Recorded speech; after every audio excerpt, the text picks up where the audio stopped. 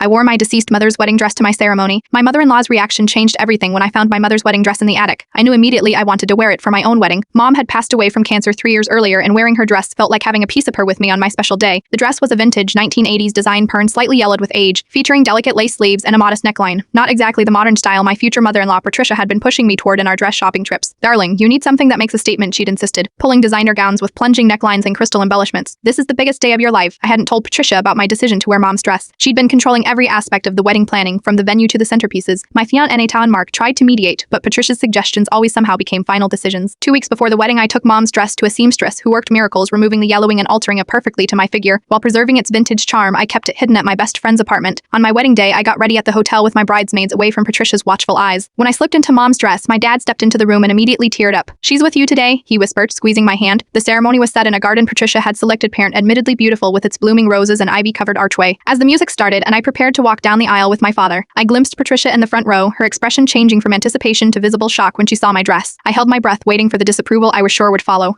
But as I passed her on my father's arm, I noticed something unexpected, parent tears streaming down her face. The ceremony went perfectly. Mark looked at me like I was the only person in the world, and for those moments I felt my mother's presence beside me at the reception. I was preparing myself for Patricia's inevitable comments about my outdated dress choice. Instead, she approached me alone, her eyes still red from crying. "I need to show you something," she said, pulling out her phone and scrolling through her photos. She stopped on an old picture of a young woman in a wedding dress, remarkably similar to my mother's parent. Same lace sleeves, similar neckline, even the same style of veil. "That's my mother," Patricia said softly. "Her dress was lost in a basement flood years ago." She looked up at me. "When I saw you walking down the aisle for a moment, I thought." Her voice broke and I understood. For all her controlling behavior and designer taste, Patricia had been missing her mother too. "I've been horrible to you," she admitted, masked to create the perfect wedding I never got to plan with my own mother. "I didn't realize you were trying to connect with yours too." That conversation changed everything between us. Patricia hugged me and whispered she would have been so proud of you today. For the rest of the reception, Patricia stayed close, introducing me as my daughter rather than Mark's wife for the first time. When it came time for the mother-son dance, she surprised everyone by inviting my father to dance with me simultaneously. "No bride should miss dancing with her parent on her wedding day," she announced, as Dad and I swayed to Mom's favorite song. I watched Mark dancing with Patricia, both of them watching us with tears in their eyes.